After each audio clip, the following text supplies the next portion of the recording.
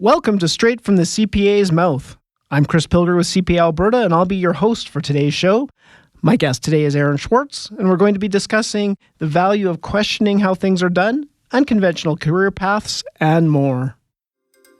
Did you hear that head office is implementing new diversity and inclusion Less than 10% of C-suite positions at Canada's 100 companies need to be more socially responsible. Big data represents a potential windfall of $30 billion for Canada. Canada will do a comprehensive review of its tax system. 70% of Albertans say the economy is too dependent on oil and gas. Filter out the noise. Hear it straight from the CPA's mouth. Welcome, Erin. Excited to have you here with us today. Can you tell us a little bit about yourself? Thanks, Chris. I am very excited to be here. My name is Erin Schwartz. I'm a proud CPA, a fairly new CPA, no legacy designation for me. I got my CPA designation in 2016, and I am currently the Manager of Employer Relations at CPA Alberta. Great. Let's jump right in. In the previous podcast featuring Ross Wilson as our guest, he posed the following question for us to discuss and answer. How often do you ask yourself if there's a better way of doing things? So, Erin, how often do you do that? Constantly. Isn't that just part of what it means to be a CPA? We are trained to critically analyze, so even if we're not brought into something with the view or the goal of trying to improve a process, we can't help but look at it from that lens. For me, I know whatever I come into, I'm always noticing deficiencies and hopefully some viable solutions to those deficiencies. More than ever before, I think this is really important for professionals and CPAs specifically. We are in an age of constant change, and being part of that change will be what helps to keep us as CPAs relevant.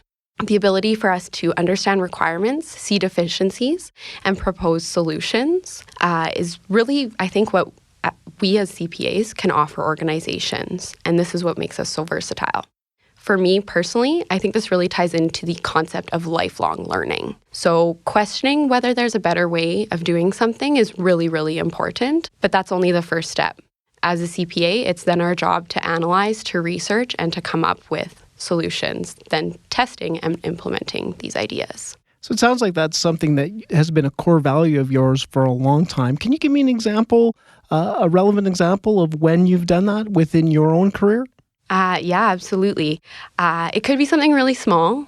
For me, something very regular, I would say, if I can just nerd out for a little bit here and talk about Excel, is in analyzing data. So if I'm trying to read the story that the data is telling me and to get something out of it, I often will find myself saying, I know Excel can do this for me. I just don't know how yet. So when I'm maybe not getting quite what I need out of data, I know Excel can do so much more than what I know. And so it's just doing the research, figuring it out, and then gaining new skills that way so that next time, maybe it's a little bit easier for me. In other ways, maybe a little bit bigger examples, it could be coming into a new department or a new process and taking that step back and saying, is the cost of this process, whatever it is costing us, is that worth the benefit that we are getting out of it? And being able to see that big picture and then maybe to recommend changes or just even small tweaks. Do you think that's directly applicable to your CPA training, kind of the way you see the world?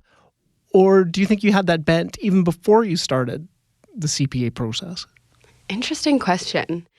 I think I did have a little bit of that before becoming a CPA, and I think maybe that's part of what kind of makes me the ideal candidate for CPA, because I think that is really important. I think that's something that we learn in our training, and yeah, it's definitely been developed over, my articling and my work experiences, education, and all of that. But I think I probably had some tendencies towards that kind of mindset even before starting the program. Yeah, and I think, it's interesting because I've heard often from a number of people that CPAs say, if I wasn't a CPA, I'd be an engineer, and have engineers say, if I wasn't an engineer, I'd be a CPA. And I think there's a commonality there. I know I have a friend he's my go-to analyst, and he's an engineer. So I think that there definitely is something to be said for that being a core way that you look at the world even before you get into the profession. But very valuable. Do you think organizations and individuals look for better ways of doing things regularly or often enough? Probably not often enough. I think, like I mentioned, we're in an age of change, and that's such a big part of the world we live in with technological advancements, the introduction of AI, all of that kind of stuff. So I think it's important. I think it is done, especially in organizations that have the right people as leadership. But I do think it's tough. It's not easy, right? Embracing change is never easy, and I think it can be met with resistance, and also sometimes there's just not the resources for it, whether that, be time, money, the right expertise. It can definitely be difficult, but I do think as CPAs, it's important for us to be at kind of the forefront of that change and be influencers in those areas for organizations. And can you think of ways where CPAs might be able to do that, or processes that can be instilled to make that a more regular part of an organization's or an individual's processes? I think professional development and lifelong learning is very integral to that, and that's definitely something that's important to me. I think it's important to every CPA. I don't think we can remain relevant and be versatile for our organizations and our communities if we're not constantly learning and kind of getting ahead of things. So I think keeping on top of those kinds of opportunities is really important for CPAs and the role that we play in organizations. Do you think accounting as a profession historically has looked for a better way of doing things? And can you maybe provide some examples of that? Yeah, absolutely. Like I say, I think we should be at the front of change, and I think historically we have been. I think a great example, very current for us here, is that of the merger. A few years ago there were the legacy designations, and now we've merged into one stronger designation of CPA. And then I think there's some technical sides of that too, and a lot of that ties into technological advancements as well. But way back when it was the abacus, and now calculators and spreadsheets, and how that has advanced. But even when we look at auditing techniques and everything like that, standards, how things change, that's all very much driven by accountants, even on a global level. So we talked a bit about your maybe the way you view the world, and that was a great fit for accounting and a CPA career path. Can you tell us a little bit about how you got into accounting, what would take us way back, and why you decided to join this profession in the first place? To be honest, getting into accounting to begin with was really just a process of elimination for me when I went to post-secondary. Of all the things I didn't want to do, kind of the thing left was business. Accounting itself, I had a lot of encouragement from a prof of mine. I excelled in my accounting courses. It was something I was more interested in compared to all kind of the other disciplines that you're introduced to at the beginning of a business degree. I had the benefit of a sister who's an accountant. She's a CPA CA, so I was able to also talk to her about the profession and learn a lot about what she did and see her go through the program and all of that. So that's kind of what set me down the path of accounting as my major. So Erin, there's a lot of different paths that you could have taken to actually gain the designation, and you chose to do the MPAcc program. What was that experience like, and why did you make that choice? I think a few different factors played into that for me. I think what first got me interested was the structure of the program. So for me, I just felt that learning in a classroom environment would be much more beneficial, just based on my own personal style. I've also never really been one, throughout undergrad to work while going to school. So that just seemed like a really big challenge for me. So with MPAcc, you take 2 summers off and go to U of S to get your master's degree. So while I was at work from September to April, I was full-time work. And then while I was in school, from May to August, I was full-time school. So for me, I really needed, I think, that separation. still to this day, just really admire anyone who does high-level schooling while working full-time or even at all, because that's just not something I've ever really done a lot of. I think it just takes a different level of discipline and hard work. Not that MPAcc wasn't a ton of work, it certainly was, but I think just style-wise, it was the better fit for me. I also think timing had something to do with that decision, as I was making these decisions kind of right around the time that unification was, in talks and then happening. And with the merger, being a university student, there was some uncertainty there for me of, what the new program would look like and all of that. And I'm a fairly stereotypical accountant in a lot of ways. I like to do a lot of planning. I like to have that certainty and kind of know what's coming. So with MPAcc being an established program, I think that played into my decision as well of knowing exactly what I would be signing up for. And vanity too, a little bit, having those few extra letters behind my name and a master's degree was, to be honest, that was appealing as well. And do you think that master's degree potentially can open some different kind of doors than otherwise would be there? Absolutely. So I think at the time I maybe couldn't fully articulate it, but I do think I recognized to a certain extent that I wouldn't be following the most traditional career path, and I was interested in some alternative types of things. So for me, just having a master's degree, I thought, it can't hurt. I knew getting my CPA would open all kinds of doors and opportunities for me. But I took a mat leave position at the U of A a couple of years ago, and I don't know that opportunity would have been made available to me without a master's degree, given that I was teaching MBA students. And so that's definitely, I think, played a part. And again, I don't know if I fully recognized that when I signed up, but it did cross my mind that, it certainly wouldn't hurt, and it could only open more doors. I had an interesting turn of that phrase once when someone said to me, you hear a lot about the designation opening doors, but for this individual, it was more about not having any doors closed. So he just felt that the designation didn't close doors, and I think it sounds like maybe you felt the MPAcc program would be the same way, and it just give you more opportunities. You talked a little bit about your unconventional path since then. So talk a little bit about your career once you got your designation and how that went for you. Yeah, absolutely. So throughout undergrad and the co-op program that I did at the U of A, I was able to gain some relevant work experience.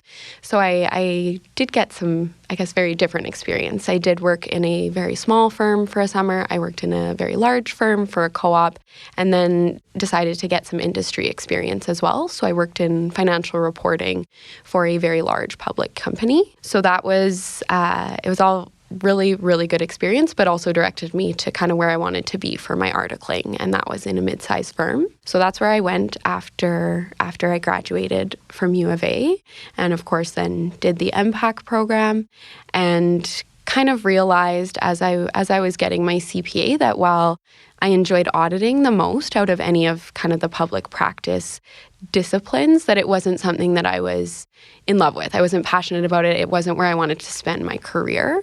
And so that's when I kind of started thinking about alternative ideas. Of course, I looked into industry because that's a fairly typical path of after you leave public practice, after you get your designation, you head to industry. But for me, I think just, an opportunity came up at CPA Alberta that really grabbed my attention and kind of drew me back again to that idea of, I think I want to do something a little bit different with my career. So about 2.5 years ago, I came to CPA Alberta in the practical experience department and learned a lot, very different environment, still working a lot with accountants, but not actually doing accounting. So my CPA was a requirement for my job and very needed to understand what I was doing, but it wasn't actually doing journal entries or auditing, testing controls, budgeting, any of that kind of stuff anymore. So I ended up there for a little over 2 years, and now here we are today, just a month into the brand new employer relations department, and again, not doing accounting, but using the knowledge that I have as a CPA and the understanding that I've gained through the work experience that I have to add value to the profession. So I want to explore your new role a little bit a little later on. But first, can you tell me what surprised you, or what did you learn from joining your professional organization as an employee? It was probably a bit of an eye-opener or a shift for you when you did that. So what have you uncovered during that journey? I feel like my eyes have been opened since starting at CPA Alberta to the big picture of the profession, or at least a piece of it that I now just have a different understanding of. So there were a lot of things when I started that I realized I didn't know CPA Alberta did any of this. And a lot of that, there was regulatory aspects of that, but also the kind of service-oriented side of it. So one area I like to mention to people all the time, of course, in my job as well as in my personal life, I'm in contact with a lot of CPAs, and so I like to brag about is CPA Assist. So if I can take a minute to plug for them, because it's a service I didn't know about at all before I started at CPA Alberta, and since learning of it and taking advantage of their services, I do try to tell everyone I can. So they provide confidential and free 24/7 counseling to Alberta's CPAs and candidates and their family members. And I think that's just a really wonderful service that we as the profession are able to provide to our people. Mental health is something that I'm very passionate about, and I think it's really cool that that service is there in a time when I think it's just really important when we're dealing with so much change that sometimes we need some extra supports. So that's just one area, but a lot of different areas of CPA Alberta that my eyes have kind of just been opened to.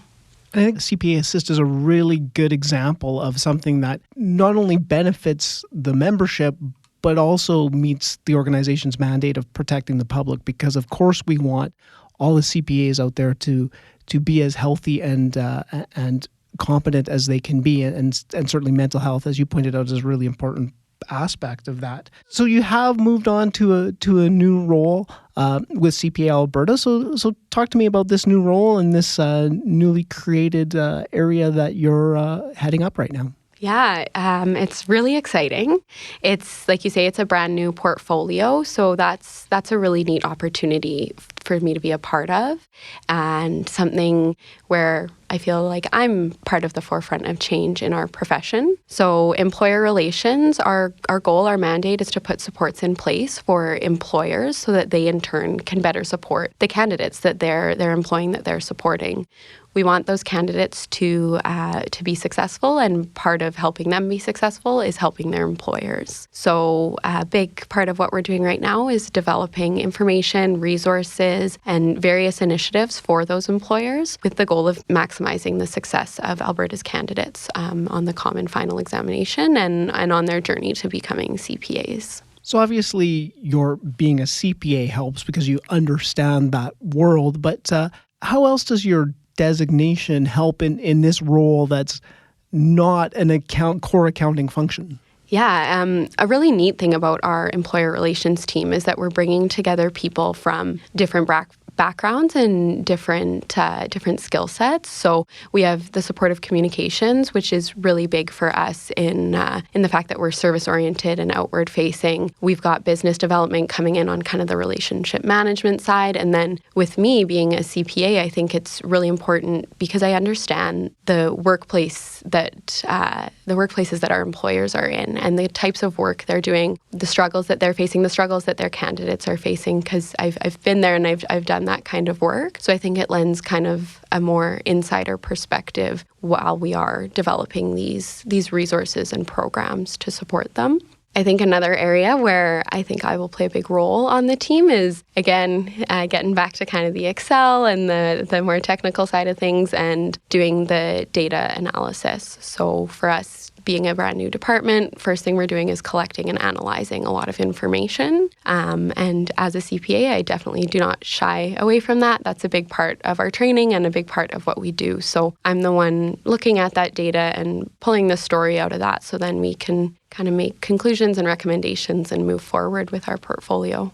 And to bring it full circle back to our kind of original question, do you think that being a CPA in what's dominated a communications professional team, do you think that gives you an opportunity to question assumptions and status quo and the way things have been done, and you bring a different perspective to the department and your colleagues? Absolutely. At least I hope so. And that's the plan. So a big part of being a brand new kind of department and a new mandate is challenging that status quo and looking at what's been done before, what's worked, what hasn't, and bringing in some new ideas and new approaches. And that's not to say everything's going to work, but I think we're really excited to implement some change and see where it goes. So one of the commonalities that link your two roles with CPA Alberta is students and helping kind of those looking to become a CPA or earn their designation.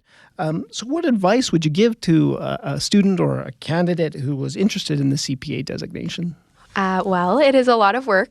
But very, very worth it. So I know we've kind of touched on this, but it provides a lot of opportunity for growth and for learning. And like you said, it doesn't shut any doors. It keeps lots of opportunities open. So if that's something that you want, that you're interested in, I would say gather your support system and buckle down. It's a lot of hard work. It isn't easy, but getting those letters behind your name will take you places and will be very worth it.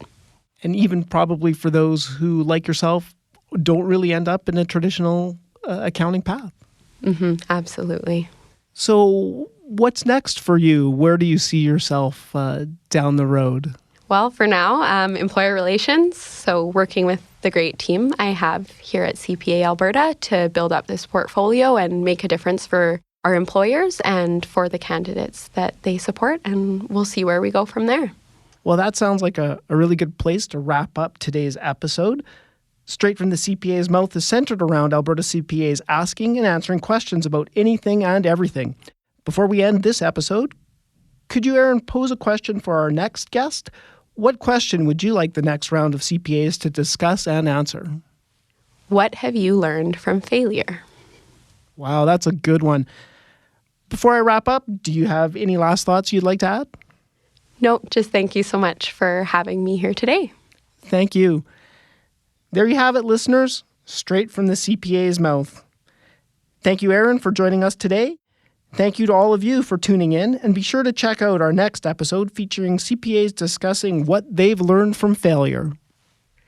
If you like what you've heard on Straight from the CPA's Mouth, please leave a review on iTunes and subscribe so you don't miss any future episodes. Straight from the CPA's Mouth is brought to you by the CPA Education Foundation.